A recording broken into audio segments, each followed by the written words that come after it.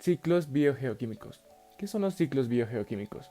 Bueno, esto se trata sobre todo aquel conjunto de procesos donde se produce la circulación de materia inorgánica entre organismos vivos y el medio ambiente. O sea, de esto trata el reciclaje de nutrientes minerales entre la biosfera, la atmósfera, la hidrosfera y la litosfera. De los procesos biogeoquímicos podemos destacar 5 principales: el del nitrógeno, el del agua, el del carbono, el del azufre y el del oxígeno. Primero que todo, empecemos por el más fácil de todos, el ciclo del agua. El ciclo del agua tiene 3 partes importantes: evaporación, condensación y precipitación. El ciclo del agua comienza primeramente cuando los rayos del sol hacen contacto con el agua y el agua se calienta tanto que se evapora y se termina convirtiendo en nubes.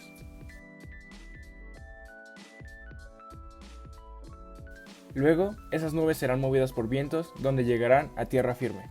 Cuando estas se enfrían, el vapor se precipita donde puede caer como agua o, si la temperatura es muy baja, como granizo o nieve. Después, el agua bajará y parte de esta se incorporará a cuerpos subterráneos que son llamados acuíferos. La otra parte podría llegar a mares, ríos o lagunas, y esta volvería a su etapa inicial, donde volvería a iniciar con la evaporación.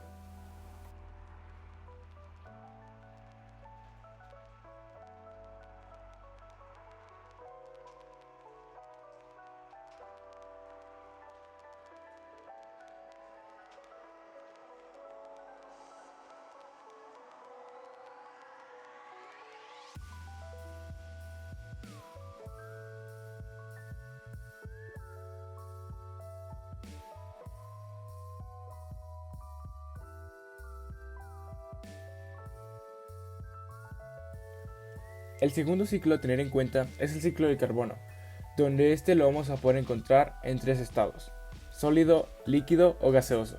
En el estado sólido lo podemos encontrar como grafito y en todos los seres vivos como los animales, las plantas, etc. En el líquido lo podemos encontrar en el petróleo,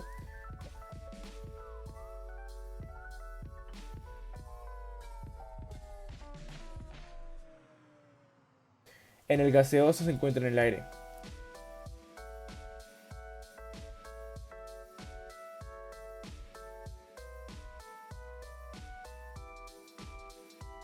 Este proceso comienza en las plantas cuando éstas realizan la fotosíntesis, donde transforman el CO2 del agua o del aire en materia orgánica.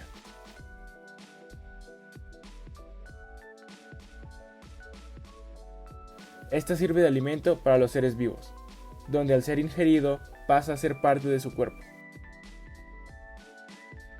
Pero el carbono regresa al ambiente mediante la respiración, donde puede volver al aire o al agua. También puede volver al aire mediante procesos de combustión.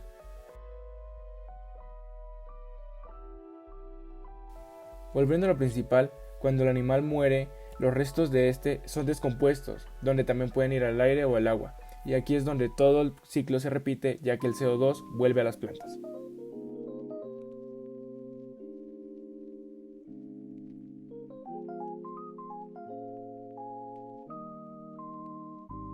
El tercer ciclo a seguir es el ciclo del azufre.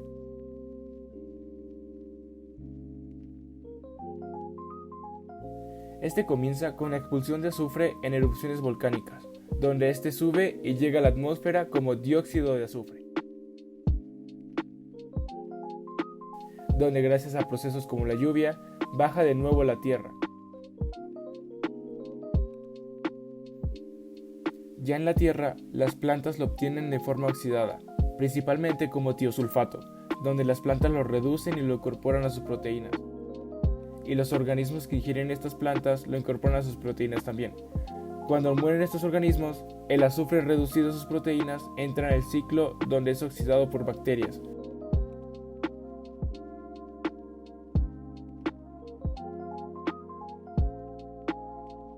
Y luego se encuentra almacenada y el ciclo se repite, se repite y se repite.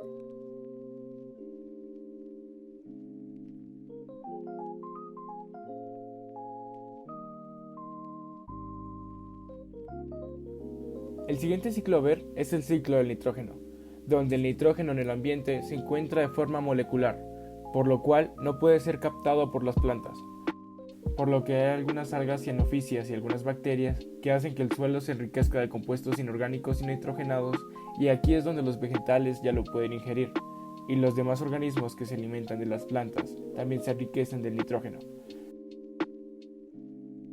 Cuando mueren, el nitrógeno regresa al suelo.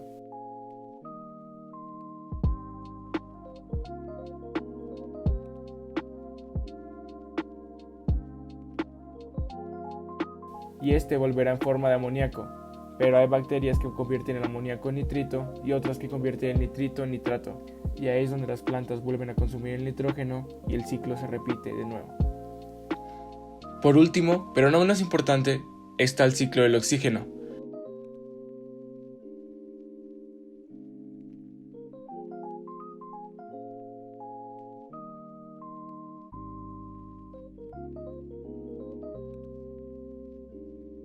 Este ciclo inicia cuando la fotosíntesis de las plantas produce oxígeno, y ese oxígeno se encuentra consumido por los animales, los cuales al respirar producen CO2. Las algas de los mares también producen bastante oxígeno y de formas abundantes. El CO2 producido por los animales es consumido por las plantas, las cuales en la fotosíntesis convierten el CO2 en oxígeno, y ahí es donde el ciclo se repite.